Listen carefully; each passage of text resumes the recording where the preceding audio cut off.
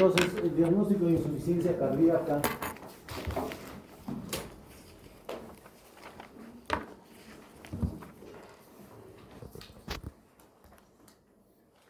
Como dicen las guías y la última guía del 2022, si tienes un paciente con sospecha de insuficiencia cardíaca, de presentación no aguda, pues hay que hacer la evaluación de la probabilidad de insuficiencia cardíaca. Una historia clínica, si tiene historia de enfermedad coronaria, hipertensión, ha estado expuesto a fármacos cardiotóxicos, ha estado expuesto a radiación, por ejemplo, quimioterápicos, radioterápicos, el uso de diuréticos, si tiene neurotóxica, disnea paroxística nocturna, hacer una evaluación física, esto es un repaso nada más.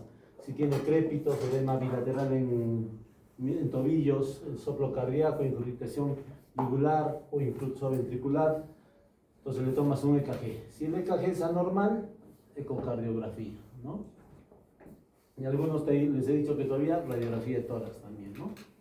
Pero si presenta uno de estos alterado, pues péptido natriurético, y si está alterado, ecocardiografía. Si todo esto está normal y el electrocardiograma está normal, no es, lo más probable es que tenga insuficiencia cardíaca improbable, o sea que no tenga, y tal vez la agitación es neumológica, una fibrosis pulmonar, un EPOC.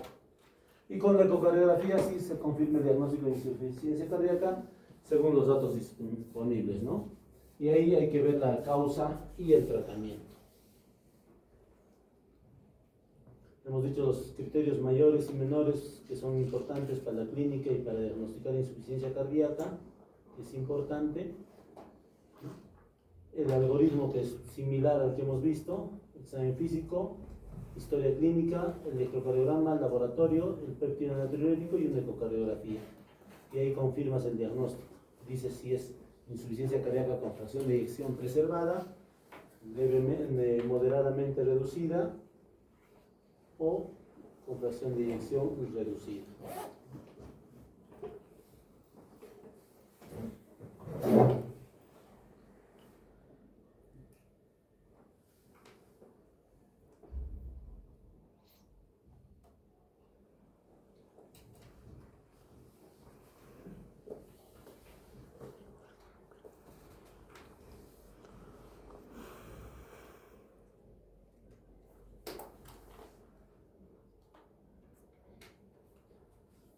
El tratamiento, ya hemos hablado, hay tres objetivos: reducir la mortalidad, prevenir las hospitalizaciones y mejorar el estado clínico y la capacidad funcional. Entonces, en el manejo de la insuficiencia cardíaca, y este es de las guías del 2021, ¿no?, de la Sociedad Europea de Cardiología, el 2022 con la Sociedad Americana, IECAS o ARNIS, hemos dicho, los cuatro fantásticos, IECAS o ARNIS. Algunos dicen ARNI ideal es más costoso, con IECA estás tranquilo. Beta bloqueadores, segundo. Antagonista del receptor mineralocorticoide, espironolactona, tercero. Y SGLT2, la empaglifosina, la dapaglifosina, ¿no? Y si es que está con congestión, si está con edemas, con crépitos, diuréticos de ASA para la retención de líquidos. Recuerden que los cuatro primeros han demostrado disminuir mortalidad y disminuir hospitalizaciones, por eso les llamamos cuatro fantásticos. Mientras que el diurético de ASA, furosemida, todos solo son sintomáticos, pero se siente mejor y evoluciona mejor el paciente. Si tiene una insuficiencia cardíaca con fracción de eyección reducida menos de 35% y el QRS está angosto, menos de 2 cuadraditos y medio, ¿no?, pues un cardiodesfibrilador implantable podría ser. Si tiene más de 35%, ¿no?, o un dispositivo, la terapia con un dispositivo no está indicada o es inapropiada, pues si los síntomas persisten, hay que continuar o considerar las terapias con las recomendaciones de la clase 2, que vamos a ver después. Y si es que la fracción de eyección es baja y el QRS es ancho, que les hemos dicho, un cardiodesfibrilador resincronizador, ¿no es cierto? Esta mañana hemos visto a un tío, por ejemplo mío, que tiene un cardiodesincronizador. Entonces, ¿por qué? Porque su QRS era ancho y además hacía algunas extrasístoles. Entonces, él tenía con fracción de eyección reducida, pues tenía alta probabilidad de hacer un evento y una muerte súbita. Actualmente ya su fracción de eyección ha mejorado y está mucho mejor. Y ha resincronizado los dos ventrículos. Entonces, esto es lo de las guías. Y el casarnes, beta bloqueadores, antagonista al receptor mineral corticoide y SGLT2 para reducir las hospitalizaciones, los diuréticos. Y hemos dicho, si está QRS ancho y bloqueo de rama izquierda, pues un cardioresincronizador. Si está el QRS no tan ancho, menos de 150 milisegundos, pero más de 130, puedes poner un cardio, puedes poner. Si hay etiología isquémica, un desfibrilador. Si no es de etiología isquémica, puedes poner. O sea, este hay un verde es que debes y este es que puedes, ¿no? Si hay fibrilación auricular en un paciente con falla cardíaca, ¿puede tener FA? Sí. Entonces, anticoagula si tiene FA. Si es que vas a controlar la frecuencia, puedes usar digoxina. Si tienes enfermedad arterial coronaria, ponle un bypass. Y si tiene anemia, dale carboximaltosa férrica, ¿no? Para disminuir la anemia, han demostrado. Si hay estenosis aórtica, TAVI.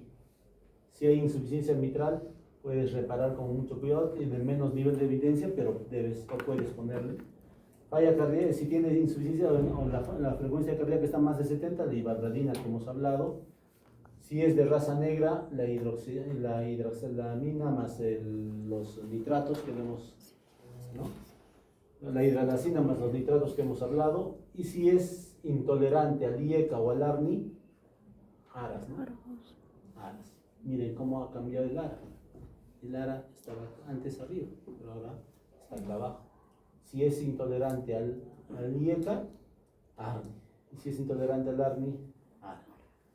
¿Qué intolerante? Por ejemplo, yo tenía un paciente con ARNI, pero bajaba mucho su presión. Entonces hemos tenido que dejarle con valsartán. Solo valsartán, un ARA. Para algunos pacientes seleccionados con falla cardíaca, trasplante cardíaco, ¿no? Y algunos dispositivos transitorios hasta el trasplante cardíaco, ¿no? Hay algunos dispositivos que das que son bombas externas cardíacas que puedes poner. Están con un tiempo. Rehabilitación cardíaca y ejercicio, que es un manejo multidisciplinario. O sea, la falla cardíaca no es del cardiólogo, es un manejo multidisciplinario. Si hay insuficiencia cardíaca aguda, se define como la aparición rápida o el empeoramiento de los signos y síntomas de falla cardíaca. Estamos hablando de insuficiencia cardíaca aguda, no es el primer episodio.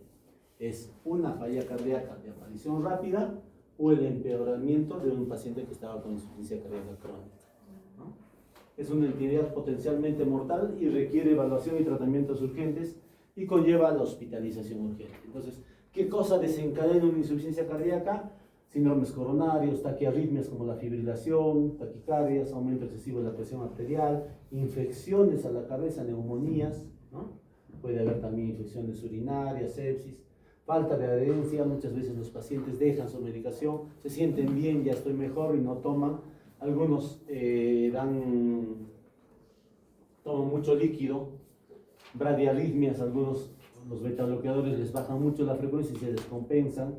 Sustancias tóxicas como el consumo de alcohol o drogas, o algunos pacientes les dan AINES y los descompensan, corticoides, sustancias inotrópicas negativas. Recuerden que el verapamilo y el diltiazem no deberíamos dar si tiene fracción de eyección reducida.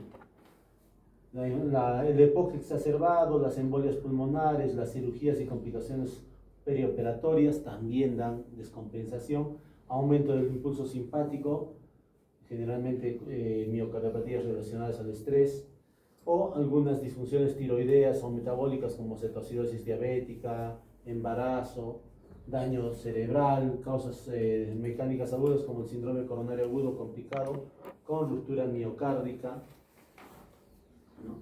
Ruptura de la pared libre, y en otra vuelta repiten los antiinflamatorios no esteroideos y el síndrome coronario agudo. Entonces, si ustedes tienen un paciente que estaba compensado y se descompensa, piensen en todo esto para ver. Y hay otro perfil, el perfil que por lo menos muchas veces no los tomamos en cuenta, pero deberíamos tomar en cuenta. Entonces, el perfil clínico de un paciente con insuficiencia cardíaca aguda, según la presencia de congestión y de hipoperfusión de la presión arterial es esta, ¿no? Entonces muchas veces ustedes pueden tener un paciente, y eso cuando esté descompensado, van a tener 4 cosas. Un paciente va a ver la perfusión. ¿Cómo está la perfusión? Si las extremidades están frías, sudorosas, hay baja el gasto urinario, hay confusión mental, mareo, quiere decir que el gasto cardíaco está disminuido. Entonces hay hipoperfusión. Ese paciente le llamas el paciente que está hipoperfundido, o sea, está frío.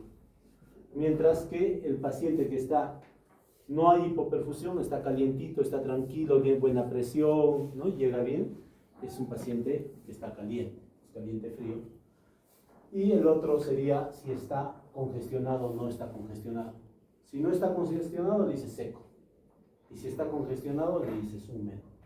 ¿Y cómo ves la congestión? Con la clínica. Esto es para que cuando estén en un sitio donde no tengan ecocardio, radiografía, no tienen nada, tú le auscultas los pulmones, que crépitos tiene, ortopnea, disnea paroxística nocturna, incuritación yugular, hepatomegalia, ¿no?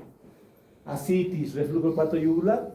¿Ves? Entonces, puedes decir un paciente caliente seco es el que está estable, tiene buena presión y además no tiene congestión. Es el paciente ideal. Ahí debes llevarlo todo el paciente. El paciente caliente húmedo, la presión está bien, hay perfusión adecuada, pero hay crépitos, ¿no? Hay hepatomegalia. El paciente que llega generalmente con edemas y todo. Entonces le dices caliente húmedo. ¿Tratamiento qué le darías? Descongestionantes, ¿cuáles son? Diuréticos. Furosemida, endovenoso, ¿no? Muscular, o le aumentas la furosemida. Si tu paciente te viene con buena perfusión o con baja perfusión pero seco, ese paciente que tiene extremidades frías, sudorosas, frío seco. Es un poco raro tener, pero sí los tenemos. Entonces, ¿qué deberíamos dar? Medicamentos que suban la presión arterial un poco, ¿no? Que perfundan mejor. Y el peor caso, el peor paciente es este que está frío húmedo. Es el paciente que se está chocando, está chocado y está congestionado. Entonces ahí tienes que dar vasopresores, inotrópicos, ¿no? Y tienes que dar con descongestionantes diuréticos. Entonces, el diagnóstico de insuficiencia cardíaca aguda de nueva aparición, pues esos son pacientes con lo que hemos hablado. Debes tomar un electrocardiograma, cómo está la oximetría, una ecocardiografía, los exámenes de laboratorio que hemos hablado, la radiografía de tórax, una ecografía de pulmón para ver si hay congestión y otras evaluaciones específicas, pedir un test de péptido natriurético y si está bajo, pues dices no tiene falla cardíaca. Si está alto, más de 100 o 300, falla cardíaca y una ecocardiografía es importante para ver qué está pasando. Tratamiento ya hemos hablado, diuréticos, todo lo que hemos hablado, y el manejo multidisciplinario. Entonces, normalmente las recomendaciones en el 2022, las nuevas guías, hablaron que pacientes, lo primero es pacientes en estadio A, hemos dicho que hay 4 estadios, ¿no? A, B, C y D, ¿no? El A era el riesgo de estar. Entonces, si tiene hipertensión, trata la hipertensión controlada. Si es diabético, paciente con diabetes tipo 2 y enfermedad cardiovascular y enfermedad renal, pues sí, SGLT2. Pacientes con, no sé si es cardiovascular disease, todo el manejo de la enfermedad cardiovascular, ¿no? Estatinas y todo lo demás.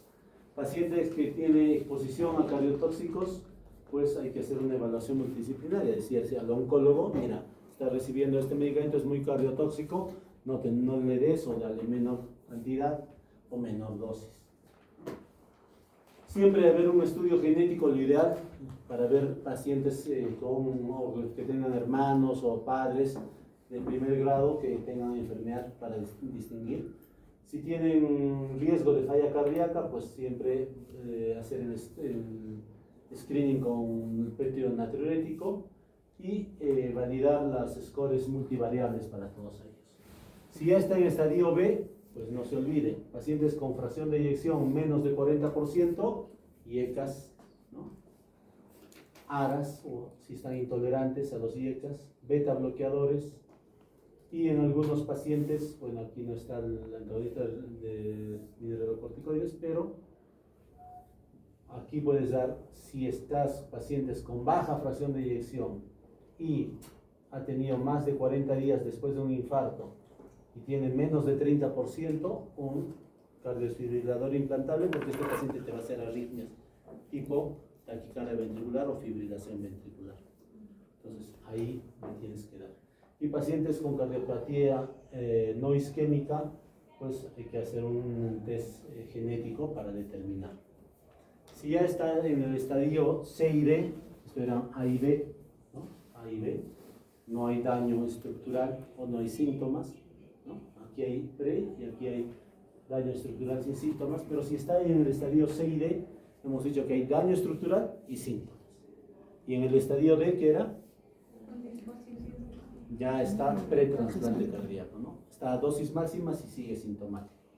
Entonces, los diuréticos no se olviden y comenzar, ¿no? Si tiene fracción de eyección reducida, ARNIs o IECAS, beta bloqueadores, antagonista del receptor de mineralocorticoide entra aquí, en estadio C.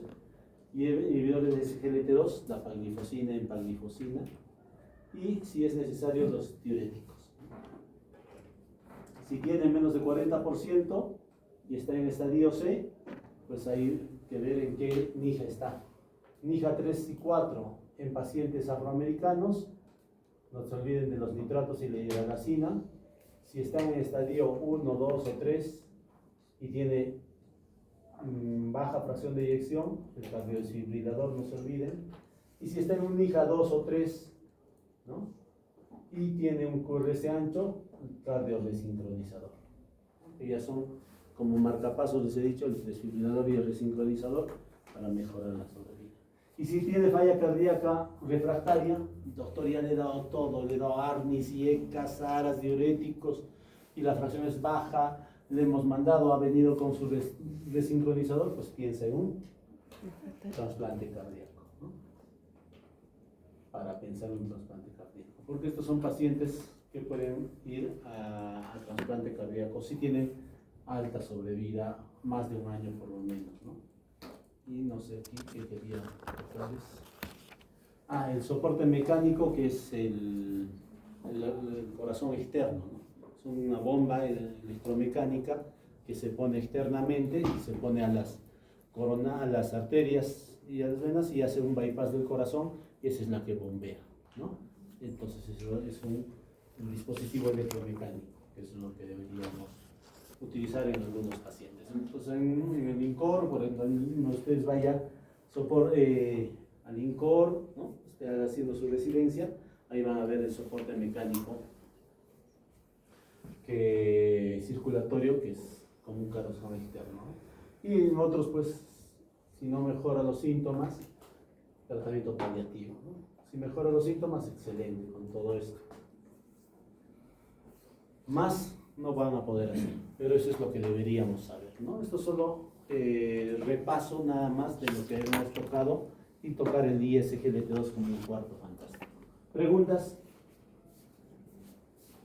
Nos hemos tomado casi media hora para hacer ese repasito. Material, doctora. Vamos a ir así.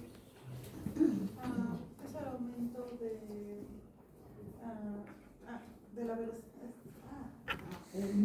Un hipertensión, ¿qué es? Aumento de la presión, ¿no? ¿Por qué? Han hecho su flashcard. Hay por varios factores. ¿Qué factores?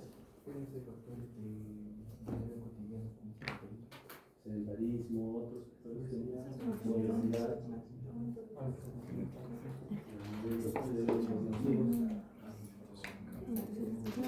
enfermedades crónicas, aumento del tono simpático y otros temas. enfermedades crónicas, enfermedades congénitas. Más o menos algo, porque no todas las enfermedades congénitas dan. La raza negra puede ser, pero hay algo importante. los antecedentes familiares. Entonces, la hipertensión arterial es importante saber qué es la hipertensión arterial, porque el tener hipertensión arterial duplica el riesgo de enfermedades cardiovasculares. O sea, un hipertenso tiene más riesgo de hacer insuficiencia cardíaca, de hacer cardiopatía isquémica, infartos agudos del miocardio, insuficiencia renal, accidentes cerebrovasculares, enfermedades venosas como trombosis venosa profunda y otras. Está asociado a otros factores de riesgo cardiovascular que incrementan el riesgo cardiovascular total. Un diabético, por ejemplo, o un renal, un paciente con insuficiencia renal. Es causante más o menos de un 15% de todas las muertes a nivel mundial. Miren, la hipertensión. Entonces, es importante distinguir o determinar qué paciente es hipertenso y darle tratamiento. Sí, porque le vas a mejorar todo esto. Entonces, el control de la presión arterial es significativamente menor en jóvenes que en adultos de mediana edad, y así como hispanos versus blancos. Se dice que una terapia médica efectiva más cambios de estilo de vida va a mejorar a tu paciente. Lo malo es que esta enfermedad cardiovascular, la hipertensión arterial, es la enfermedad cardiovascular de mayor mortalidad y la más prevalente y discapacitante, y no le damos. Y como es un asesino silencioso porque no tienen síntomas tus pacientes, a veces no le damos importancia. Si vemos desde el punto de vista epidemiológico, varía en los diferentes países, pero más o menos está en alrededor de un 25 a 30% a nivel mundial, ¿no? Y también varía en las subpoblaciones de cada país. Antes se decía, en el Cusco no hay hipertensión arterial. Los de la costa decían, los pimeños, no, que se vayan a vivir a la sierra. En la sierra no hay presión alta. Y eso se ha demostrado que no es cierto. Entonces, la presión se incrementa con la edad. A los 60 años la presión sistólica es mayor en mujeres que en varones, ¿no? Y la presión diastólica se incrementa con edad a los 55 años. Y luego tiende a disminuir, ¿no? Pero cuando llegas a los 60 años, la presión de pulso. ¿Qué era la presión de pulso, doctora? ¿Les he dicho la otra vez? La diferencia entre la presión sistólica y la presión diastólica. O sea, 120-80 sería 120 menos 80, 40. Esa es la presión de pulso. Eso no debe pasar de 50, algunos dicen de 60. Entonces, la presión de pulso incrementada más allá de los 60, ¿no? Y miren cómo esto, que no parece importante, miren cómo va con la edad, ¿no? Con la edad. En varones, esto primero en varones. Miren cómo ven varones. La presión diastólica con la presión sistólica va bien, y a partir de los 50, 60 años la presión diastólica comienza a bajar, a caer, y la presión sistólica a subir. Entonces ustedes han escuchado hipertensión sistólica aislada o hipertensión del anciano, es por eso. Y si vemos en las mujeres es muy similar. En el sexo femenino, miren, tanto en raza hispánica, que es en rojo, la no hispánica, los blancos, y la no hispánica negra, raza negra, en azul, como a los 60 años también la presión diastólica cae y la presión sistólica se eleva. Entonces la presión de pulso es más alta. Y eso se van a dar cuenta ustedes, doctor, el otro día he visto a varios abuelitos y todos tenían 160, 80, 190, 70, ¿no? O 150 con 60, con 50. ¿Por qué? Porque la diastólica comienza a caer. Y eso se van a fijarse cada rato. Mañana los que roten conmigo van a ir y van a tomar la presión y van a decir, doctor, está en 140 con 30, con 20. O es muy anciano o tiene insuficiencia aórtica. Vamos a ver. Países desarrollados se dice que promedio de 30% de hipertensión arterial. Esto más o menos equivale a 56 millones de hipertensos con presiones entre 140, 90 o más. O están tomando tratamiento antihipertensivo. Ya hemos dicho que la hipertensión se eleva o se incrementa con la edad. Y se dice que 2/3 de la población mayor de 60 años tiene hipertensión arterial. O sea, más de 60% de la población, 66% de la población tiene hipertensión arterial. ¿No? En el Perú pues se hizo varios estudios, el Janes, el SANUT, ¿no? El ENEG, el ENSA, ¿no? Y más o menos todos van entre 25 a 30%, a 32%. Siempre es más en raza negra, más en raza amarilla y en hispánicos, ¿no? En hispánicos. La edad de presentación, 60 años, similar en varones y en mujeres. Miren todo lo que es atribuible a hipertensión arterial. Más ACVs, 54%, más infartos, cardiopatía isquémica por 27%, daño del corazón por la presión arterial, cardiopatía hipertensiva hasta un 75%, y otras enfermedades cardiovasculares hasta un 25%. Entonces, se dice que cada hora mueren 12 personas a causa de enfermedades cardiovasculares relacionadas a la hipertensión arterial sistólica en el mundo. Y dentro de los factores de riesgo, el sedentarismo, la obesidad, la diabetes, la dislipidemia o colesterol alto y la hipertensión arterial. Miren el estudio Tornasol 1, el Tornasol 2 en el que estuve yo presente, ¿no? A nivel nacional se hizo un estudio de hipertensión, pues se veía que el sedentarismo iba con 56% en los dos. Miren que la obesidad comenzó a incrementar en 2010 y ahora no sabemos en 2025, esto es hace 15 años. La diabetes, que era 3.3, subió a 4.4% y ahora debe estar mucho más alto. La dislipidemia de un 10 pasó a un 13% en 6 años. Y miren la hipertensión, como había un promedio de 23.7 y luego en 2010 era un 27.3% a nivel nacional de incidencia en el estudio Tornasol. ¿Cuáles son los factores ambientales? Pues eso es la obesidad, el consumo de bebidas energéticas en gran cantidad, el consumo de harinas, azúcares, la falta de ejercicio físico, el consumo de sal, ¿no?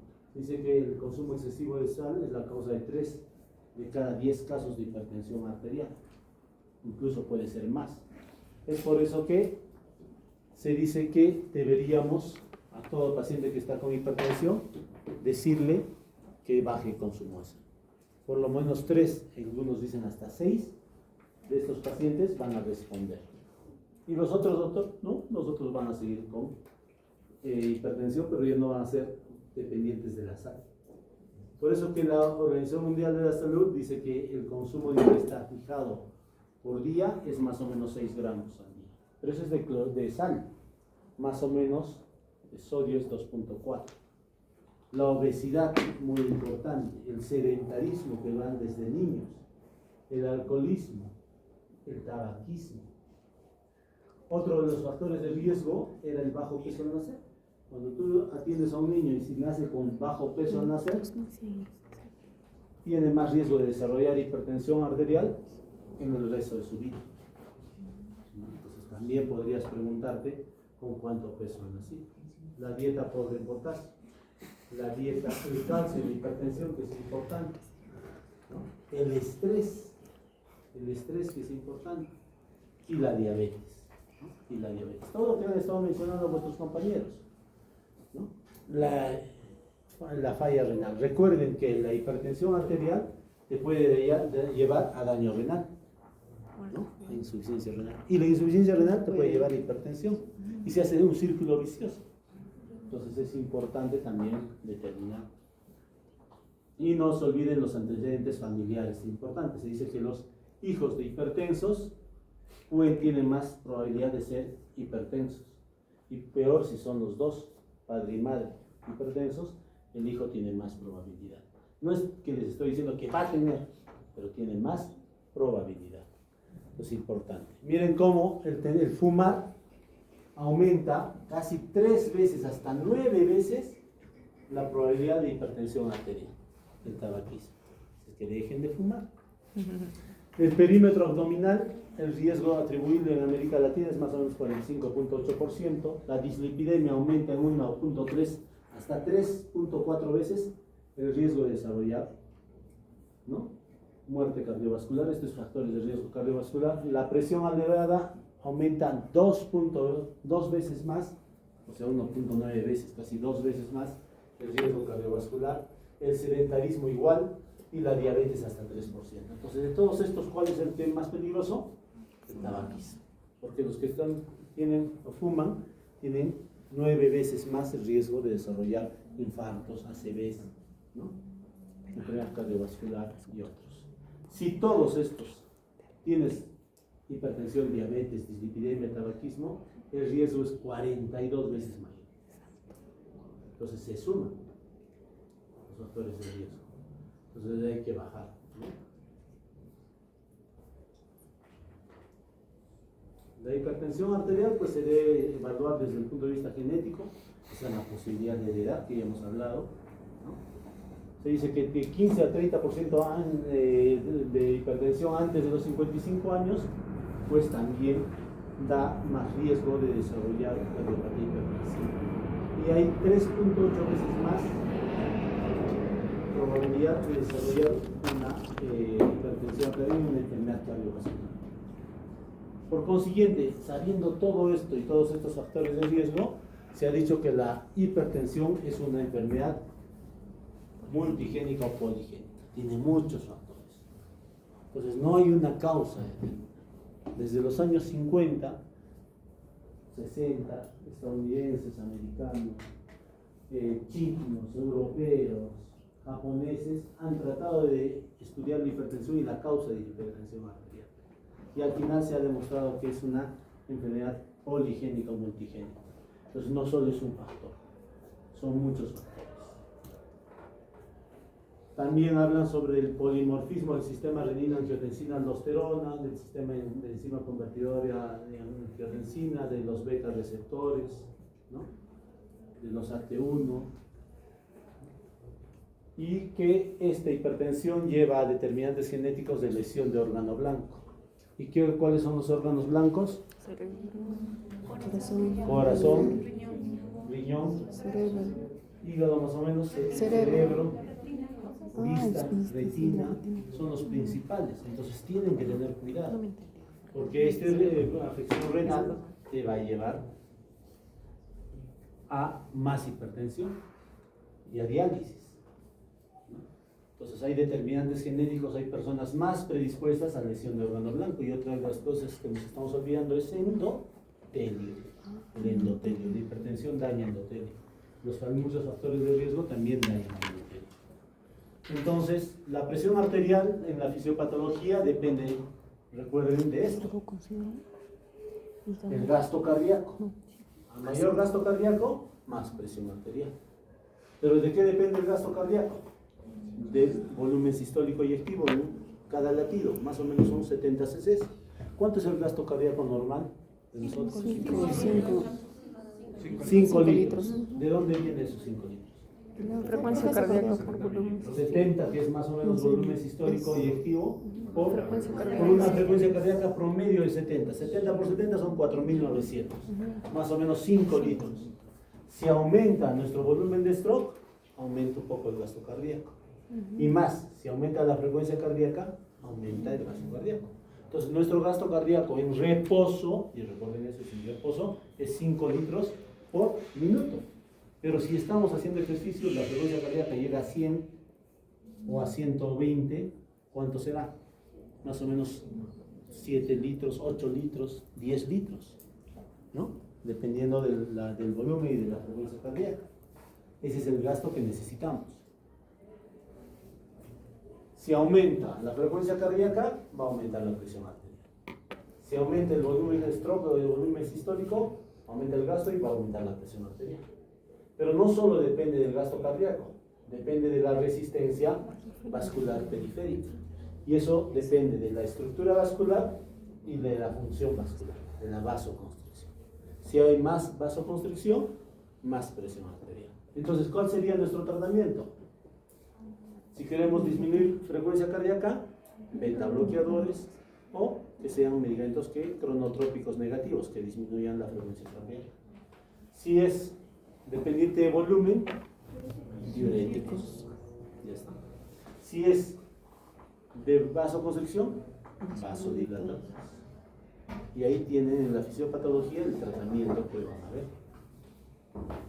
Entonces, recuerden que en la fisiopatología de la hipertensión arterial, el volumen intravascular que hemos dicho que está incrementado es un determinante de la presión a largo plazo. Entonces el tratamiento debería ser disminuir el volumen. El sodio es importante porque aumenta el volumen, ya sea extracelular y después intravascular. La ingesta mayor de agua que la excreción va a hacer una expansión del volumen intravascular mayor y un aumento del gasto cardíaco y mayor hipertensión, mayor presión arterial. Por eso que también en el tratamiento debemos dar importancia a los diuréticos. Y con el tiempo, la resistencia vascular periférica se eleva, el gasto cardíaco se normaliza y hay mecanismos neuronales, endocrinos, paracrinos y vasculares que incrementan la función. Entonces, el demonio sería uno de los principales, el cloruro de sodio, la sangre. Entonces, todos deberíamos acostumbrarnos y a toda nuestra población deberíamos decirles que consuman bajo de sal, desde niños. Pero no, pues nosotros nos lamentamos, está chulo. No tiene sabor. Salsita. Y le ponen sal. Y eso va a afectar. Entonces, hay que hacer una buena evaluación de cómo está nuestro volumen intravascular también. Es importante. Otro de los fundamentales determinantes de la hipertensión es el riñón. Entonces, normalmente la exclusión de la orina o de la sal en la orina, pues la natriuresis es importante. Si hay mayor filtración, hay menor absorción, ¿no? Va a ir mejor el paciente. Y también hay un efecto hormonal y el péptido natriurético. Entonces es importante en la fisiopatología tanto la filtración, la absorción y la capacidad de excreción de sodio en la natriuresis. Es importante. ¿Por qué? Porque si hay incapacidad de excretar sodio, el sodio se va a retener. ¿Y el sodio qué va a jalar? Agua. Y va a aumentar el volumen intravascular y eso va a hacer más hipertensión arterial. Entonces, si hay una enfermedad renal intrínseca, un paciente que tiene glomerulonefritis, que no sabemos la causa, entonces, o el aumento en la producción de mineralocorticoides, va a aumentar la absorción de sodio y aumentar la absorción de agua. Si hay aumento de la actividad neuronal sobre el riñón, también. Y se dice que el 80% de los pacientes que tienen insuficiencia renal crónica terminal tienen hipertensión arterial. O sea, de cada 10 pacientes renales en diálisis, 8 tienen hipertensión arterial. Y algunos dirían un poco más.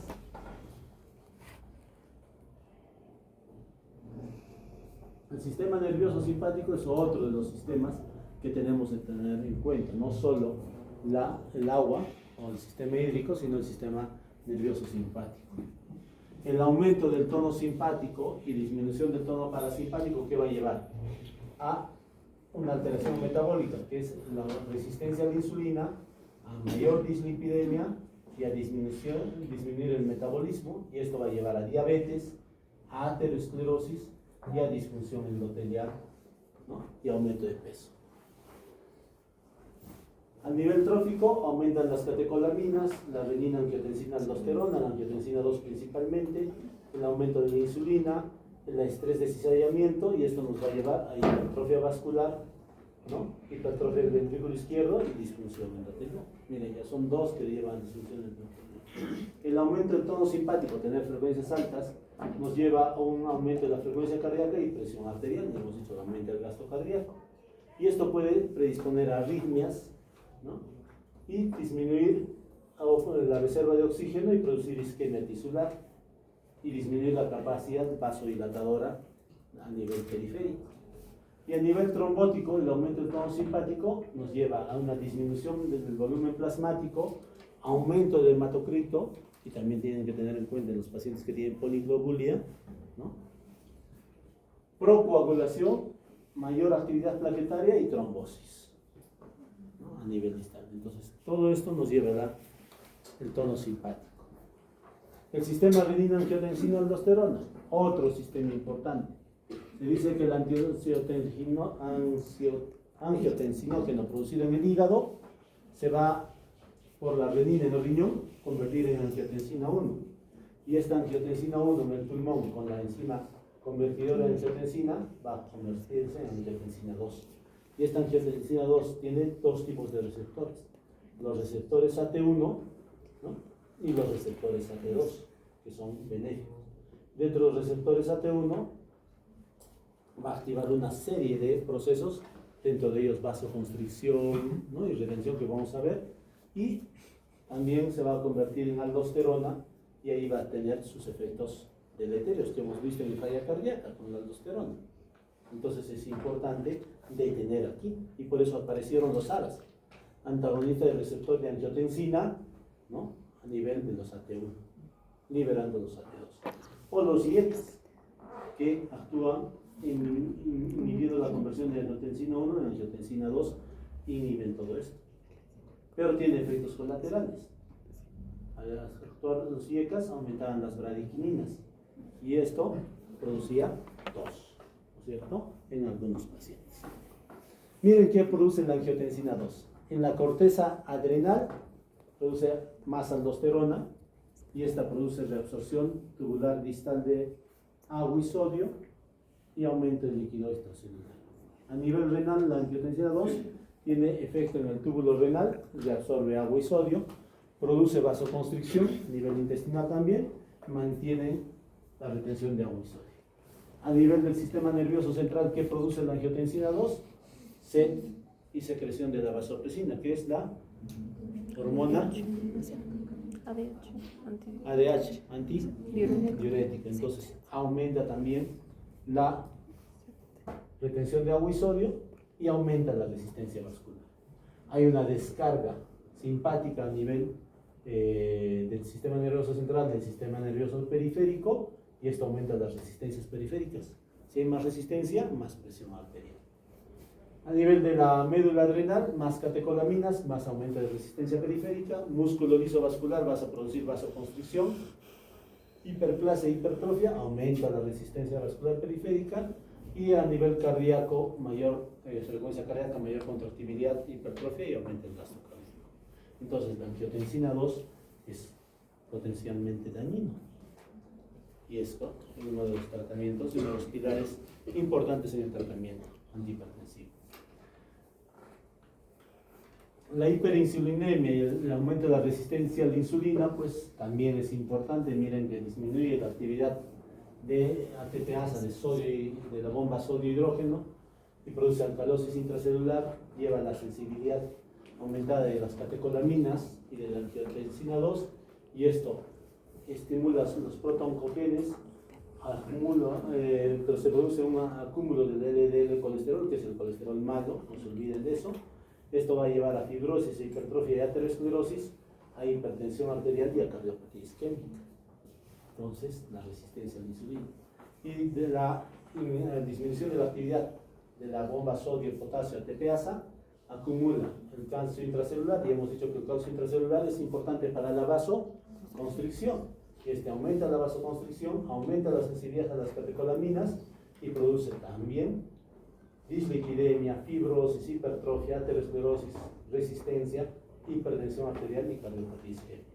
Y se disminuye la hiperinsulinemia y disminuye a los vasodilatadores, como es la prostaglandina I2 y 1, y esto va a producir disminución de los vasodilatadores y del óxido nítrico, más vasoconstricción.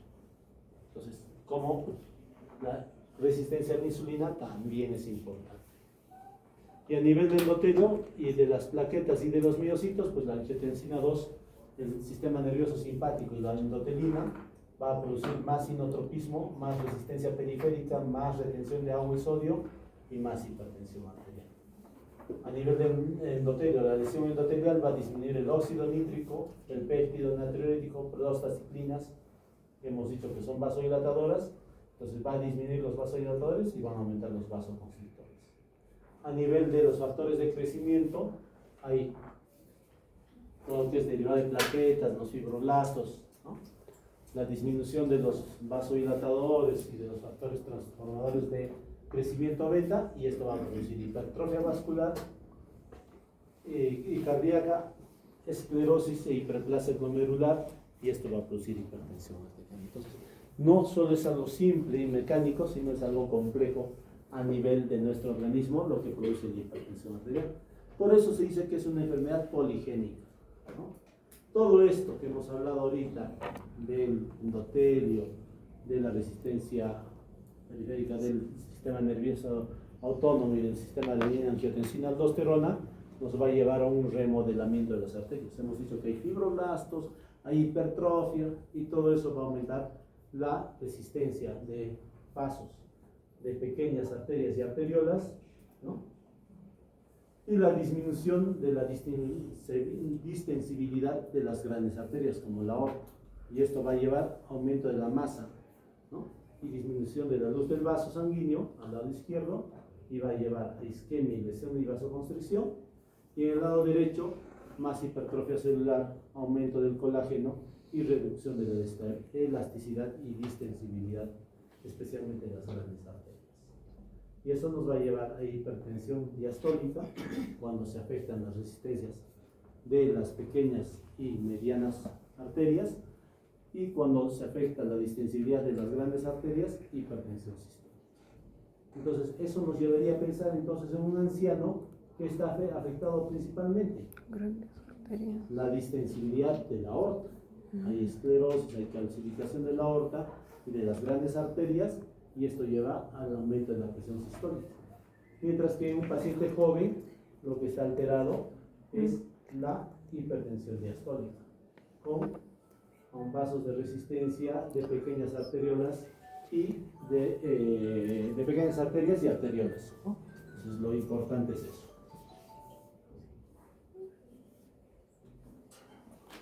Entonces, de lo que debería ser un endotelio sano, un vaso cardíaco sin vasoconstricción, ¿no? Y sin lesión endotelial, vamos a tener un vaso con lesión endotelial y con vasoconstricción. Y eso nos va a llevar a aumento de las resistencias vasculares y nos va a llevar a la hipertensión arterial. Por eso que muchos dicen que la hipertensión arterial es una enfermedad de la pared arterial. En realidad sí lo es. Porque miren a la izquierda, una arteria normal con una luz intraarterial más grande y con una pared más delgada, mientras que en un paciente con hipertensión arterial la pared está hipertrófica y la luz del vaso está disminuida. Por consiguiente, hay hipertensión arterial. Hemos dicho pues que hay en el corazón, pues va a llevarnos la hipertensión arterial como un órgano blanco principal a enfermedad cardíaca, que es la causa más común de muerte por hipertensión arterial. Y eso se llama cardiopatía hipertensiva. Se vuelve hipertrófico y entra en falla cardíaca. Entonces, la enfermedad cardíaca hipertensiva es por hipertrofia del ventrículo izquierdo, por alteración en la relajación, o sea, disfunción diastólica, lleva a insuficiencia cardíaca. Esto también se produce en las arterias coronarias, en enfermedad coronaria, enfermedad microvascular, y lleva a arritmias cardíacas.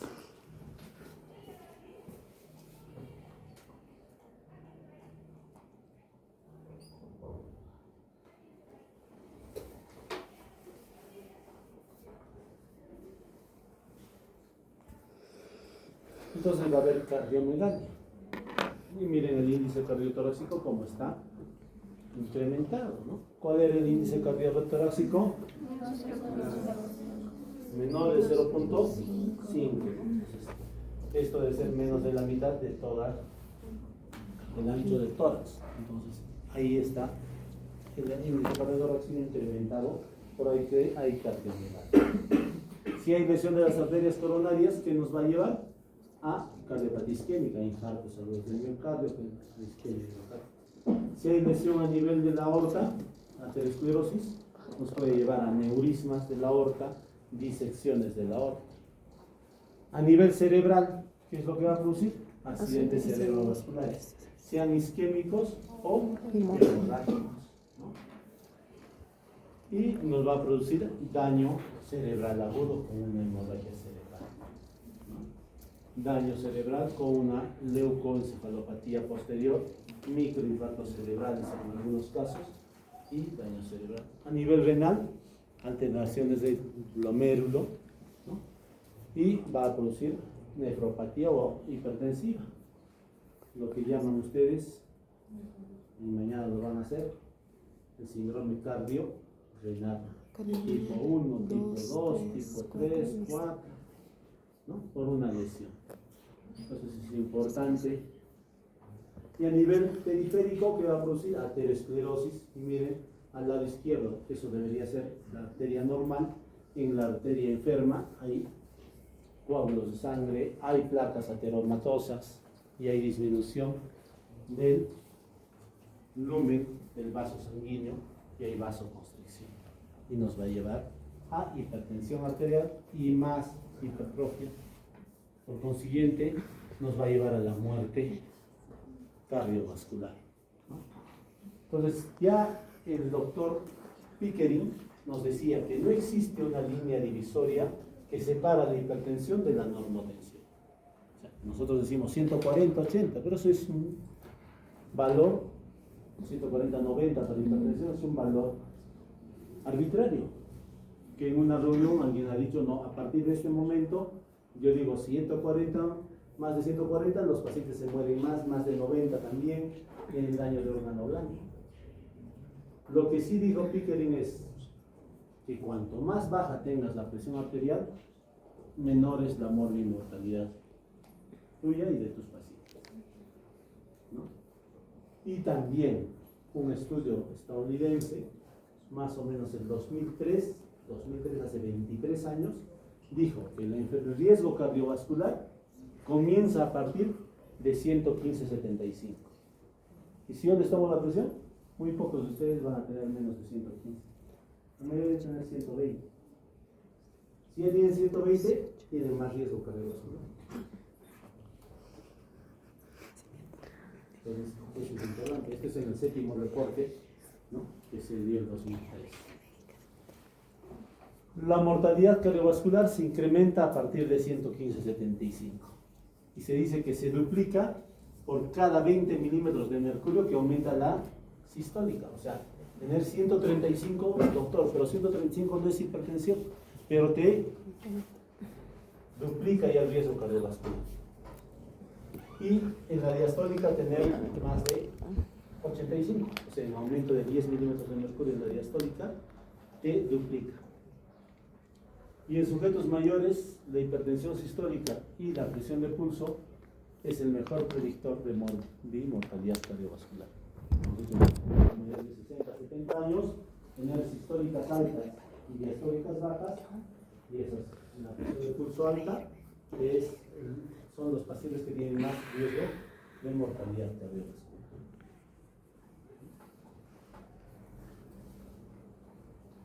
Entonces, miren cómo se hizo el estudio y dijo lo que es la presión arterial sistólica está acá y la mortalidad, ¿no? Entonces, pacientes de 40 a 49 años de edad, ¿cómo? Si aumentaban de 120 a 140, ya aumentó 20. ¿Cómo duplicaba su riesgo cardiovascular de mortalidad 1 a mortalidad 2? Y si llegaba a 160 la sistólica, 4 veces más de mortalidad. Y se llega a 180, casi 8 veces más la mortalidad. Y lo mismo entre 50 a 59 años, que comienzan más, 60 a 69, 70 a 79, 80 a 89 años. Entonces, como la mortalidad por la presión arterial sistólica se incrementa, no solo con la edad, sino también con la presión arterial sistólica. Y en la diastólica pasó lo mismo, 10 milímetros de mercurio que se incrementa en un paciente que comienza con 70, con 80, llegar a 90, 100 o 110 de diastólica, con la edad, miren cómo aumenta la mortalidad. Entonces, importante tener lesiones bajitas, ¿no? Por eso es que los estadounidenses, que en algún momento, para mí incluso, y para la mayoría del mundo, decíamos están locos. Porque los estadounidenses decían, si pasa 130, ya es hipertensión arterial. Y si pasas de 80, 81, 82, ya eres hipertenso. Entonces es por esto. Por estos estudios han determinado ellos que la presión arterial no debería ser tan alta y que deberíamos tener presiones más bajas. Y que si llegamos a más de 130, ya deberíamos ser llamados hipertensos en la sistólica, y si llegamos a más de 80, deberíamos ser hipertensos en la presión arterial diastólica. Los europeos, los latinoamericanos, que trabajamos junto con los europeos, todos, dijimos, pues no tanto, ¿no? Y hasta ahora todos los europeos y el resto del mundo dice que para hipertensión es más de 140 y más de 90. Pero ya vieron lo que decía Pickering, no hay una línea divisoria. Tal vez de acá a unos años digamos más 120, 122 y es hipertensión. Eso es muy importante. Y ahí hay la definición, por eso varía tanto la definición. Los americanos decían, lo normal es menos de 120 y menos de 80. Si está la sistólica entre 120 a 129, se llama presión arterial elevada. 129. Y la diastólica siempre debe estar menos de 80. Pero si la diastólica pasa de 80 hasta 89, o la sistólica de 130 a 139, le llamamos hipertensión estadio 1. Esta es una clasificación estadounidense, norteamericana. Mientras que la hipertensión estadio 2, si pasa de 140 y la diastólica de 90. Y esta es la clasificación que hasta ahora los americanos la tienen. Y también dijeron que hay hipertensión con el mapa o tomadas en la oficina, y con el mapa si la tomas en el día, si la tomas en la noche o las 24 horas, ¿no? Y cómo debería ser la presión arterial, ¿no? Y si lo tomas en tu consultorio clínico también, para estadio 1, estadio 2, estadio 3, hipertensión arterial y lo normal, ¿no? Lo normal sería en todos, en tu consultorio, en el mapa, que es el dispositivo que se pone 24 horas, ¿no? Y que se toma durante el día 120-80 y durante la noche no más de 165 y en las 24 horas 115-75, es el promedio de presión arterial que debemos tener. Estadio 1 o hipertensión arterial entre 130-80, ¿no? Y más de 140-90 hipertensión arterial, pero en la casa es más de 135-85 en promedio, ¿no? En el día, y más de 120-70 en la noche. Si pasa de 120 en la noche o de 70 en la noche, y es hipertensión arterial. Entonces, ¿es lo mismo tomar la presión en casa que tomar en el consultorio? No, no es lo mismo. Por esto, ¿no? Entonces, se es más exigente incluso en la casa. Entonces, en la casa pues evitas el mandil blanco, ¿no? El estrés, la preocupación, el estar de un médico que me dirá y todavía está con su mandilito blanco, el doctor, ya me voy a morir, es un angelito. Entonces lo que hay que hacer es un monitoreo ambulatorio de la presión arterial, sea con el mapa o con el AMPA, ¿no? ¿Por qué? Porque predicen mejor la lesión de órgano blanco, evitas la hipertensión del mandil blanco, evitas la hipertensión enmascarada. ¿Y qué es la hipertensión enmascarada? Hipertensión en casa, pero no en la consulta. Al revés. Claro, hipertensión en casa. Está en la casa, doctor, me tomo y está altas. Llego donde usted y está bajito. Esa es la enmascarada. ¿Por qué? Porque el médico te dice, pero no, tu presión está normal. No, doctor, pero en mi casa me dicen alta. Entonces, el mapa y el monitoreo ambulatorio de la presión arterial evita esta hipertensión enmascarada. La más frecuente es esta, ¿no? La del mandil blanco. En la casa está bajo y cuando que llegas al consultorio está alto. Esa es la hipertensión del mandil blanco. Pero la enmascarada es al revés. Cuando la presión en la casa está alta, pero cuando te toma el doctor está baja. Esa también es de alto riesgo. Cualquiera de estas te evita la del mapa. Entonces miren cómo los europeos y latinoamericanos, nosotros, que se hicieron las guías juntas, tienen la clasificación. Los norteamericanos siempre han dicho, o siempre hemos visto que sus clasificaciones son más sencillas, ¿no? Porque aprenderse el otro, elevada, normal, hipertensión estadio 1 o 2, es más fácil. Pero esta es más completa y hasta ahora la estamos usando, ¿no? Normal y óptima, dicen. La presión arterial óptima, ¿cuál sería? Menos de 120 y menos de 80. Pero tener de 120 a 129 es normal y de 80 a 84 es normal. Pero todos los norteamericanos ya decían que pasar 80 ya es hipertensión estadio 1.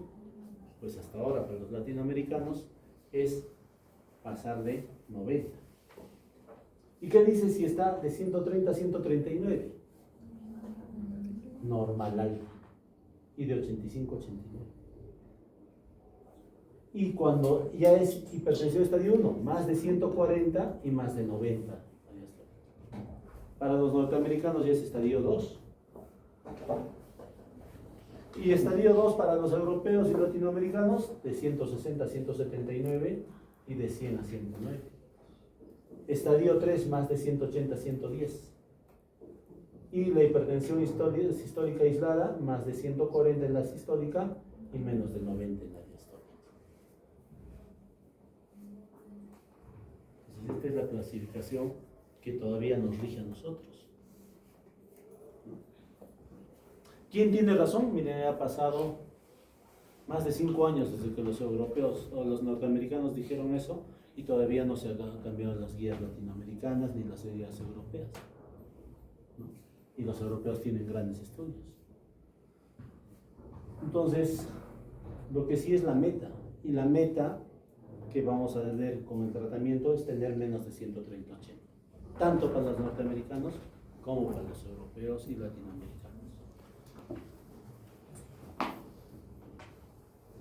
Entonces, ¿qué es el ABPM? Ese es el famoso mapa, o Ambulatory Blood Pressure Measure, o sea, la medición ambulatoria de la presión arterial. ¿En qué te ayuda? Evita la hipertensión del mandil blanco, ¿no? Evita la hipertensión mascarada o la sospecha de esta, ¿no? La presión arterial normal está acompañada por un riesgo cardiovascular. Es una evaluación de 24 horas de la presión. Entonces, tener el mapa y ponerle un mapa es un dispositivo que te va a medir las 24 horas. Cuándo está durmiendo, cuándo está descansando, cuándo está trabajando el paciente, ¿no? Te dice si es un paciente díper o no díper. ¿Qué es el paciente díper? Cuando cae la presión entre 10 a 20% durante la noche, tanto en la sistólica como en la diastólica, normalmente. Ese es un paciente díper normal. Pero si no cae, se llama no díper. Y si cae mucho, más del 20%, es un díper extremo, que también es de alto riesgo. Entonces, ¿cuáles son los pacientes normales? Los díper. Y los no díper tienen más riesgo cardiovascular. También en pacientes que tienes una hipertensión que sospechas que es refractaria, siempre la encuentras alta, alta, alta, alta. Entonces dices, este debe tener hipertensión refractaria. Un mapa sería ideal, ponerle un dispositivo. Y también te evita episodios de hipotensión e hipertensión, ¿no? Y o estás sospechando, ¿no? Doctor, me mareo en las mañanas o en las tardes, o mi mamá amanece mal, le pones un mapa y ves, mira, mira, en las noches se eleva más la presión. O se cae mucho la presión en las madrugadas, tienes que cambiarle la medicación y no darles en las noches, sino darle más en la tarde o al revés.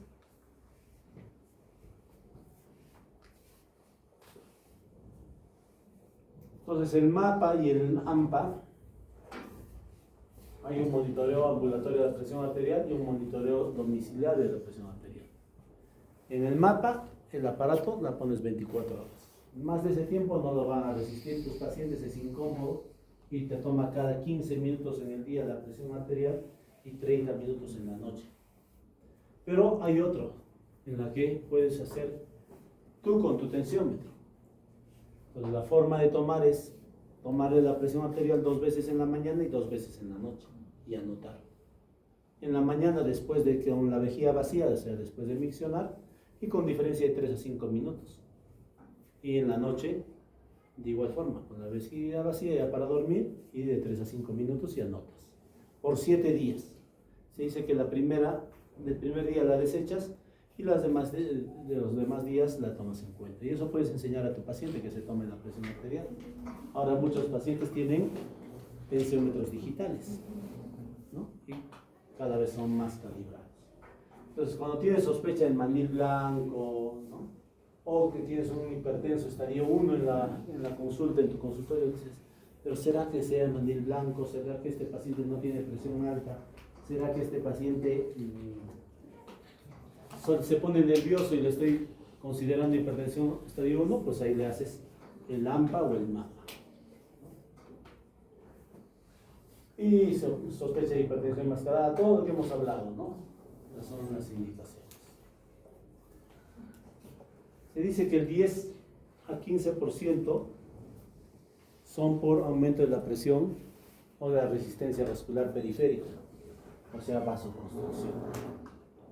Generalmente 25% tienen un volumen disminuido o incrementado, y el síndrome metabólico es importante. ¿Qué es el síndrome metabólico? Es el hallazgo de una persona de hipertensión o presiones altas, de colesterol alto y de resistencia a la insulina. Se dice que tener un síndrome metabólico es más riesgo de tener enfermedad cardiovascular. Y también no se olvide la obesidad.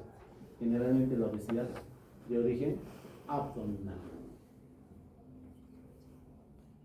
Entonces hay que medir la cintura. ¿Y cuánto debería tener la cintura un paciente? Si es varón, menos de 100 centímetros, y si es mujer, menos de 80, ¿no? Entonces, algunos dijeron 102 y 88, pero ahí, nada más, ¿no? ¿Qué debo hacer entonces, doctor, para hacer una evaluación de mi paciente? Debes hacer una buena historia clínica, confirmar el diagnóstico de hipertensión arterial. ¿En cuántas tomas se debe tomar la presión arterial? 3 o más tomas en diferentes momentos, ¿no? Para diagnóstico de hipertensión arterial. O sea, si yo tomo la presión arterial ahora, no voy a tomar en media hora mañana. Tomaré en otro día y tomo la presión arterial y la controlo. Y así en más de 3 mediciones en diferentes momentos se hace el diagnóstico de hipertensión arterial. Hay que buscar otros factores de riesgo cardiovascular. Pregúntense cómo está la insulina, cómo está, si tiene diabetes, cómo está la glucosa, si tiene colesterol alto. Midan el perímetro abdominal, el peso, la talla, ¿no? Vean la función renal. Buscar causas de hipertensión secundaria. No todos son hipertensión primaria. Entonces, algunos son renales. Tienen quistes en los riñones. Hacen falla renal y aumenta la presión arterial. Es un hipertenso secundario. Algunos como síntoma, otros como hiperaldosteronismo primario. Entonces hay otras enfermedades que pueden hacer hipertensión secundaria. Siempre buscar las consecuencias de la hipertensión arterial, o sea, daño de órgano blanco. Y buscar las comorbilidades. Cambiar los estilos de vida es importante. Entonces siempre pregunten si tiene vida sedentaria, estresada, si consume mucho alcohol, si fuma, todos estos factores de riesgo. ¿Por qué? Porque los síntomas de hipertensión arterial son inespecíficos. Algunos tendrán cefalea y la cefalea no es única. Para algunos será una cefalea global, algunos tendrán cefalea frontal, otros tienen la cefalea a nivel occipital, ¿no? Entonces, la cefalea no hay una forma de cefalea. Otros se sienten mareos, ¿no? Aparte de dolor de cabeza, están mareados y tienen presiones de 160, 170. Otros tienen dolor torácico, ¿no? Dolor torácico dorsal que se va atrás, tal vez la hipertensión está incrementada. Otros tienen hemorragias a nivel ocular. Ya han visto, ¿no? Muchas personas con el ojo rojo. Puede haberse roto un vasito y muchos son por hipertensión arterial. Otros tienen disfunción eréctil, ¿no? Entonces, ¿qué es lo que de los síntomas, ¿no? Y otros tienen disnea, ¿no? Disnea. Entonces, ¿qué exámenes auxiliares deben pedir ustedes de rutina? Pues un hemograma para ver la hemoglobina, el hematocrito, test de tolerancia a la glucosa, un perfil lipídico completo. Nunca me pidan colesterol total y triglicéridos. No sirve. Si quieren hacer un buen estudio, pidan colesterol total, colesterol LDL, colesterol HDL y triglicéridos. O sea, son 5. Nunca son 1 y 2. Tercero, cómo está el sodio, el potasio, el ácido úrico, la creatinina sérica, la función renal. Pedir un examen de orina para ver si hay proteinuria, microalbuminuria, ¿no? Y un electrocardiograma de dosis de derivaciones. ¿Puedes poder hemoglobina glicosilada? Sí, proteinuria cuantitativa, un mapa, un ecocardiograma, un Holter, una prueba de esfuerzo, un ultrasonido carotidio, ¿no? Un ultrasonido periférico y de arterias abdominales, velocidad de pulso, el índice tobillo-brazo, ¿no? Un fondo de ojo. Pues, si te alcanza el dinero o te alcanza el tiempo, podríamos utilizarlo. Entonces, las preguntas básicas que deberíamos hacernos. Un adulto con hipertensión, el inicio de la terapia farmacológica mejora el resultado de salud de la población. O sea, ¿debemos tratar de hipertensión? Sí. No hay otra. En adultos con hipertensión, el tratamiento con antihipertensivos para lograr una meta de presión arterial específica mejora el resultado de salud de la población. O sea, decir, tener una meta y decirle que lleguen a esa meta mejora el resultado de la población. Sí. ¿No? Y por último, el uso de diferentes drogas antihipertensivas muestran beneficios y daños comparativos con el resultado de la salud de la población. O sea, dar tratamiento con diferentes drogas antihipertensivas. Sí, hemos dicho que hay sistema renina-angiotensina, hay sistema hídrico, hay sistema nervioso autónomo, hemos dicho las catecolaminas. Entonces, el tratamiento también va a ser con varios medicamentos. ¿Por qué es importante? Porque si yo trato la presión arterial, se dice que en menores de 60 años, si reduzco 10 milímetros la presión arterial sistólica o 5 la diastólica, o sea, digamos de 140, 90. Si le bajo a 130, 85, ya reduzco un 42% de que tenga un ACV. Y reduzco un 15% de que tenga un síndrome coronario agudo, un SICA. Y en mayores de 60, si reduzco 15 la sistólica y 6 la diastólica, les reduzco la mortalidad en 15%, la mortalidad cardiovascular en 36%, 35% de hacer ACVs y de hacer síndromes coronarios en 18%. Entonces debo bajar la presión arterial. Porque ya hay todos estos estudios que han demostrado, y estos son antiguos, estudios del 90, del 2000, que han demostrado que reduciendo la presión arterial sistólica y diastólica tiene más calidad de vida y menos eventos cardiovasculares. Hubo un estudio del 2008, que es el estudio Hyvet, que se dio en casi 4.000 pacientes mayores de 80 años. Cuando yo era estudiante, te decía, para que sepas cuál es la presión ideal de tu paciente, es aumentale 100 a la edad. Si tu paciente tiene 80 años, más 100, 180, hasta ahí está bien. Pero ya el doctor acaba de darme toda una hora y media de decirme que la presión, si pasa de 140, se van a morir más. Miren cómo ha cambiado. Antes se decía eso.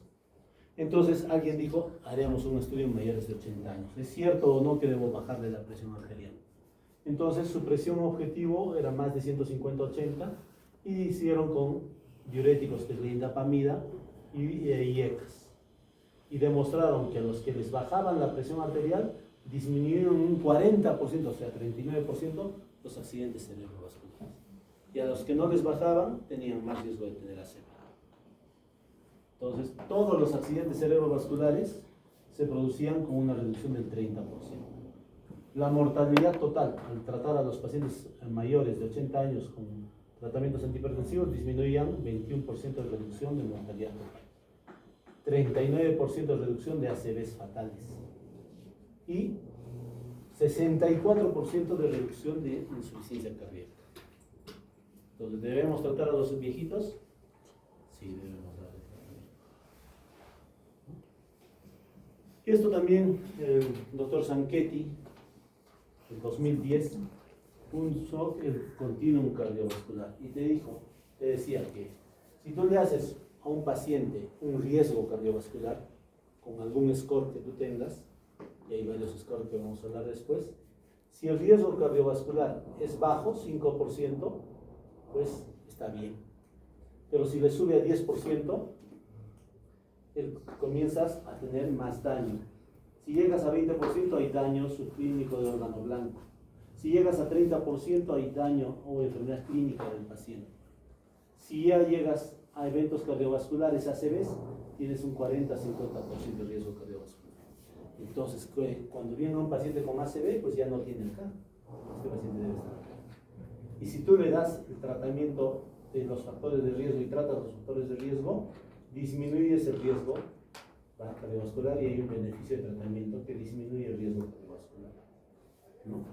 Entonces, qué importante el continuum cardiovascular. Cuanto más factores de riesgo tengas y daño de órgano subclínico o clínico o eventos cardiovasculares, más riesgo tiene tu paciente de mortalidad, de morirse.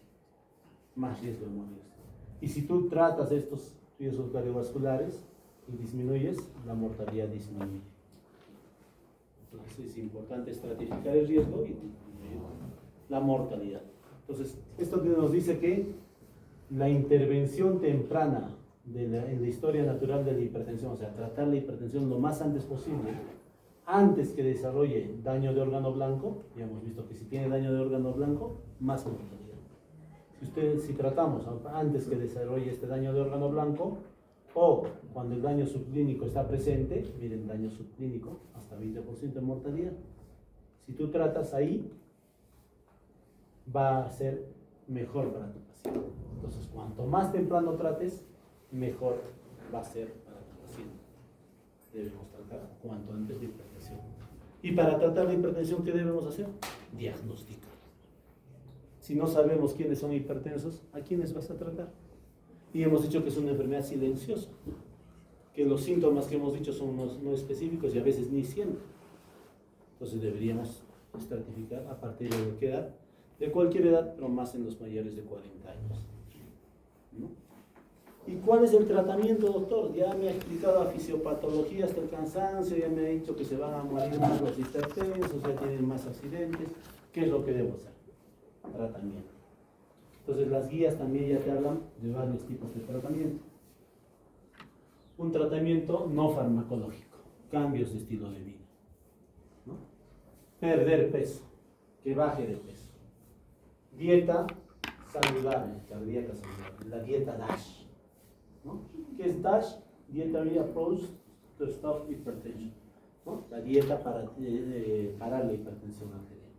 Y ahí van a poder ver ustedes que es dieta más bajo de alimentos procesados, de grasas, bajo de sal, más de semillas, más vegetales y todo eso en la dieta, ¿no?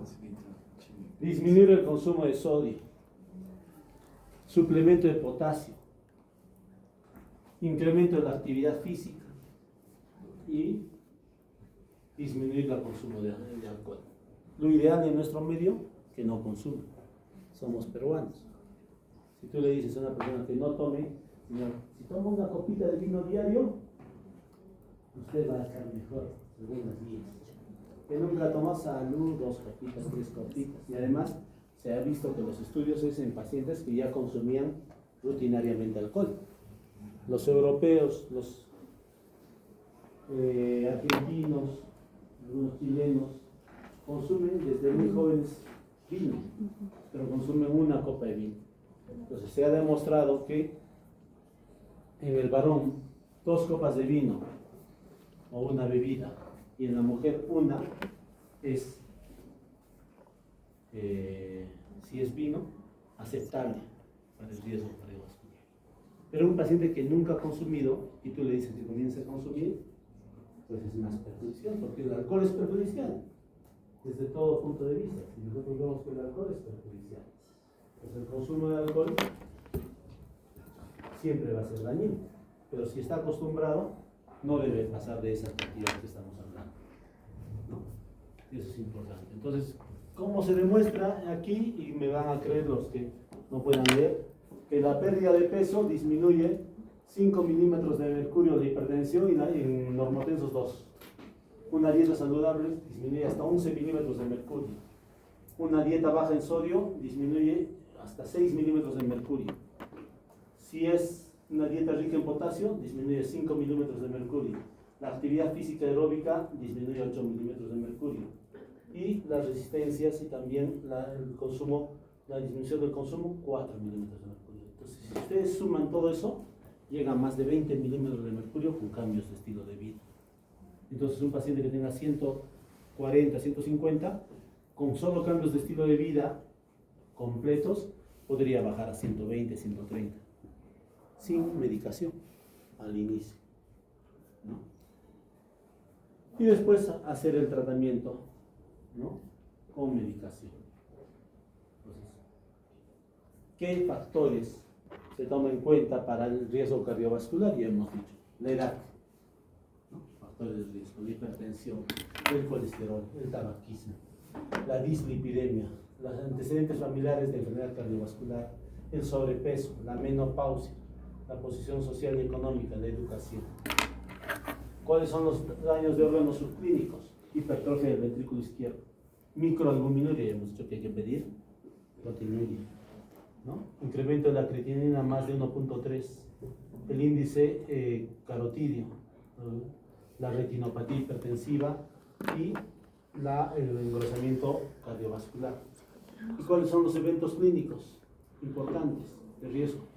La enfermedad coronaria cardíaca, el tener infarto, el stroke, la enfermedad arterial periférica, o la falla cardíaca o la falla renal. Entonces son factores de riesgo cardiovascular importantes. Entonces, el Consenso Latinoamericano de Hipertensión Arterial nos dijo que hay que estratificar el riesgo cardiovascular. Y dieron una guía que es muy parecida a la europea y la norteamericana. Te dice que si tu paciente no tiene factores de riesgo, te has preguntado, no tiene obesidad, no tiene diabetes, no tiene colesterol, no tiene factores de riesgo, y su presión arterial normal es menos de 120/80, está en un riesgo promedio. ¿Sabes? Está bien, está sano. Su riesgo de que tenga un infarto es bajo. Si ya sube la presión arterial, todavía sigue siendo un riesgo, tiene mayor riesgo que el promedio, pero todavía sigue siendo un riesgo bajo. Si tiene presión alta, solo más de 130 y más de 85, la diastólica, incrementa el riesgo cardiovascular. Y si tiene estadio 1, estadio 2 o estadio 3, el riesgo es agregado alto. Si tiene factores de riesgo, la presión arterial se incrementa más. Si tiene más de 3 factores de riesgo, o diabetes, o síndrome metabólico, mira, su riesgo ya comienza, por más que tenga la presión normal, riesgo agregado moderado hasta alto. ¿Y qué pasa, doctor, si ya tiene un daño de órgano blanco, un ACV, un infarto? Su riesgo comienza con alto y se llega a muy alto si la presión arterial está elevada. Entonces, ¿qué deberíamos de decir? Que la mayoría de nuestros pacientes deben tener presiones más bajas y disminuirle o controlarle los factores de riesgo cardiovascular para que tengan menos riesgo. Eso es lo importante. Y lo mismo aquí, el 2013, que no ha variado mucho, los americanos dieron sus riesgos. Y miren, en rojo, muy alto riesgo, los que ya tienen daño cardiovascular, enfermedad renal en diálisis, o los diabéticos con daño de órgano blanco. Y moderado a alto riesgo y muy alto riesgo, los diabéticos, los que tienen falla renal en estadio 3, o los que tienen daño de órgano blanco. Y los que tienen factores de riesgo son moderados, altos, y los que no tienen factores de riesgo son bajo riesgo, pero si ya tienen presiones altas, moderado, alto riesgo. Entonces es importante tener bajas presiones y controlar. Eso es importante. ¿Y cuánto debo iniciar el tratamiento? Pues en todos cambios de estilo de vida y algunas veces tienes 1, 2, 3 meses según sus factores de riesgo. Entonces, hazle un factor de riesgo a tu paciente y si es de alto riesgo, tienes menos de un mes para bajarle la presión arterial, ¿no? O con cambios de estilo de vida. Pero si es de alto riesgo, de muy alto riesgo, debes comenzar cuanto antes la medicación antihipertensiva, ¿no?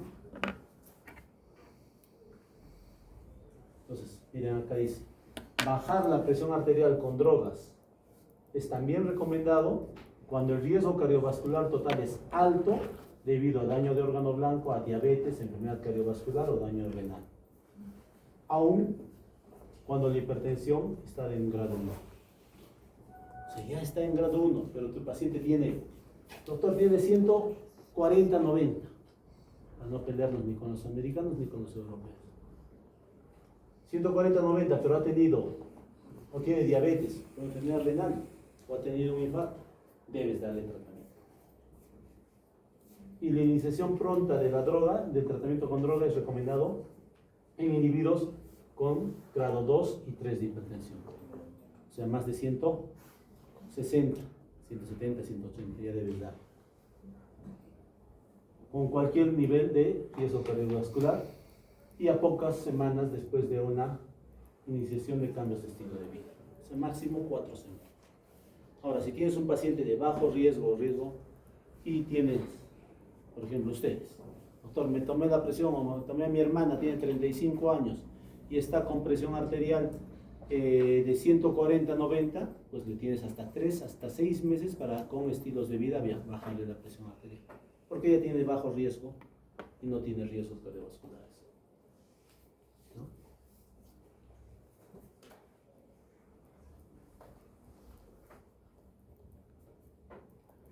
Y te dice, con una indicación 1A, 1B, ¿eso han hecho indicaciones 1A, 1B, 1C alguna vez? Ahorita vamos a hablar de eso. Buenas tardes.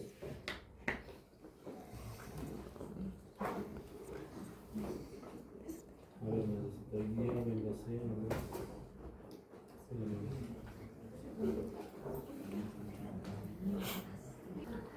entonces te dice que si tiene pacientes 140-90, la iniciación de un antihipertensivo debe ser recomendado o considerado en hipertensión de grado 1 en pacientes con bajo o moderado riesgo, cuando la presión está en rango alto, en muchas veces de visitas ambulatorias. Entonces, el 1A te dice que ya todos los estudios ya está recomendado, con grandes estudios, que la terapia sirve. Y el 1A es un metaanálisis. O sea, ya todos los estudios grandes, con grandes poblaciones, o un metaanálisis ha demostrado que es beneficioso. Ese es 1A. El 2 puedes usar, es más beneficioso, 2A. El 2B podrías usar, no le va a producir contraindicación. Y el 3 está contraindicado, no debes. Ese es el 1, 2, A, B y 3. Y el A, B, C, D te dice grandes metaanálisis, algunos estudios o grandes estudios, y C es nivel de expertos. Los pacientes que son expertos, médicos expertos, han dicho que sí debes utilizar. Entonces, cuando tengas una recomendación 1A, es alta, altísima. Tú podrías, esta 2B y con C, todavía objetarla. Pero doctor, no hay mucho beneficio. Sí hay beneficio, pero es muy bajo. Y todavía ni siquiera los estudios han demostrado, sino los expertos te están diciendo que utilices, ¿no? Pero todos te dicen eso, ¿no? Y dice que en pacientes mayores hipertensos, el tratamiento con drogas está recomendado si pasa de 160, 1A. O sea, si tiene más de 160 un paciente, ya debes usar los medicamentos. Si es mayor, ¿no? En pacientes mayores. La droga antihipertensiva y el tratamiento debe ser considerada en pacientes mayores, al menos, tengan menos de 80 años, cuando la presión es de 140 a 159, ¿no? Y la terapia antihipertensiva sea bien tolerada. Hay pacientes que tú les das medicamentos, está en 150, 155, tú dices, es alto. Le das el tratamiento y comienza a marearse, doctor, no tolera, no. Entonces, en ellos podrías utilizar si lo toleran. Si no lo toleran, tienes que disminuir las dosis bajas o no dar medicación.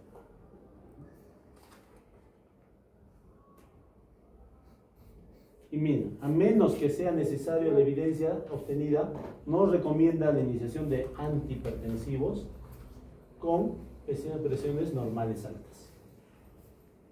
O sea, si tiene normal alta, ¿y cuál era normal alta? De 130 a 139 que decíamos, ¿no? O de 85, 89, normal alta, no está recomendado la terapia libre, sino cambios de estilo de vida. Primero cambia de estilos de vida.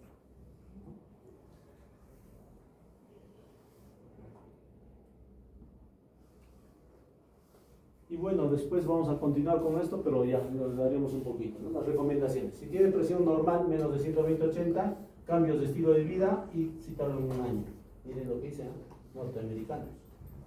Si tiene presión elevada de 120 a 129, pero menos de 80, terapia no farmacológica, o sea, cambios de estilo de vida.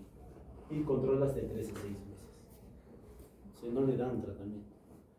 Mire todavía más los norteamericanos. Si tiene más de 130-80, es estadio 1. Ya tiene hipertensión. Primero tienes que un riesgo cardiovascular. Si el riesgo cardiovascular con las guías es menos del 10%, no des tratamiento médico. Porque ya tiene hipertensión para ellos, pero no. Riesgo cardiovascular bajo y recítalo en 3 a 6 meses. Cambios de estilo de vida, como estadio 1. Pero si tiene riesgo cardiovascular alto, todavía no des terapia, medicamentos, pero recítalo al mes. Si no ha llegado a la meta, pues puedes optimizar la terapia, la adherencia, y ahí sí considerar intensificar el medicamento. Si tiene estadio 2 más de 140-90, no des terapia farmacológica, ¿no? Y puedes iniciar, bajar la presión arterial y recítalo al mes. Y si no ha logrado, pues dale tratamiento médico. Entonces ellos ya recién comienzan terapia con 140-90. Entonces, ¿en qué les sirve la clasificación? Para ver el riesgo cardiovascular. Entonces eso es lo principal, lo que te dicen, ¿no? Entonces, no a todos se comienza de inmediato, pero sí tienes que ver. Si tiene riesgo alto, recítalo en un mes. Pero si tienes riesgo bajo, 3 a 6 meses tienes para cambios de estilo de vida. Entonces es importante.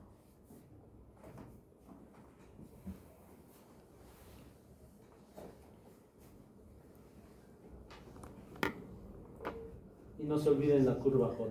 ¿Qué es la curva J?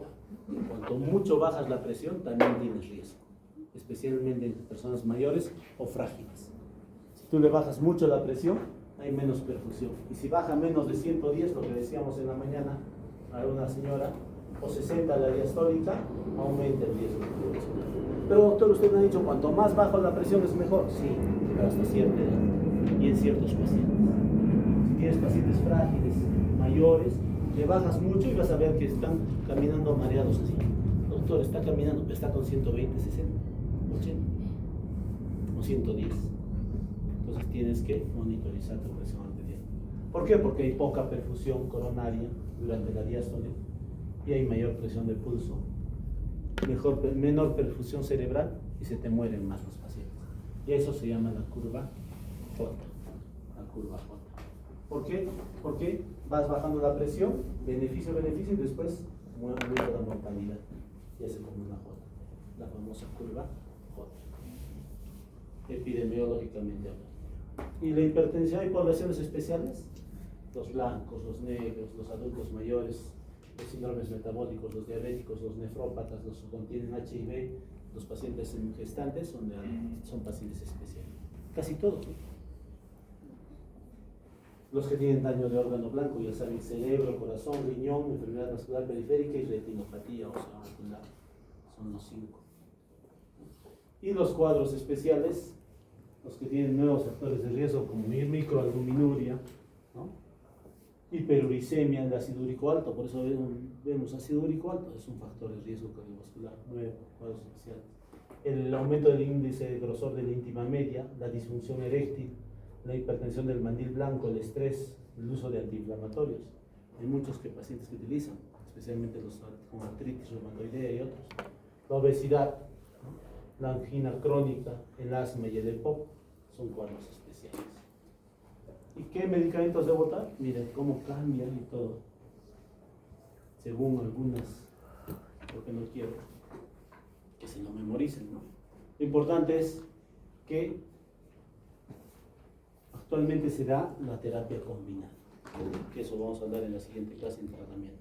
¿Qué es terapia combinada? Cuando das 2 antihipertensivos, lo ideal en una sola pastilla, para que tome una vez al día. Eso sería lo ideal, ¿no? ¿Por qué? Porque una terapia combinada te da dosis baja de cada droga, o sea, son de 2, pero dosis bajas o medianas, tiene menos efectos adversos. Si es en una pastilla y es una vez al día, mejora el cumplimiento del tratamiento y se logra el objetivo más rápido de reducir la presión arterial. Entonces, lo ideal sería eso. Evita estar probando diferentes drogas como terapia. Primero te doy captopril, después te doy, no, mejor enalapril, mejor te cambio a losartán, mejor te cambio a lodipil, ¿no? Te das terapia combinada, evitas estar probando diferentes drogas. Son para todos con elevaciones de más de 20, la sistólica, y 10 la diastólica, de lo normal. Hemos dicho 130, 80, 140, ¿no? Y para pacientes con múltiples factores de riesgo, daño de órgano blanco, diabéticos o enfermedad renal, la terapia combinada es mejor, ¿no? Antes se decía, comienza con una droga, después aumenta hasta la dosis máxima, si no te tolera, aumenta una segunda droga a dosis bajas, la otra está a dosis máxima, y hasta que lleguen las 2 a dosis máxima, y si no controla la presión, tercera droga a dosis baja, hasta que llegan todos a dosis máxima. Ahora no, terapia combinada, lo importante. Todos estos estudios, miren, el Euro 1, el 2, el STOP, el LIFE, el INVEST, el COMBINES, el OLHAT, el ASCOT, dice que la terapia combinada, para alcanzar la meta, mejora hasta un 100% en el ASCOT y más en diabéticos. Entonces hay que dar terapia combinada.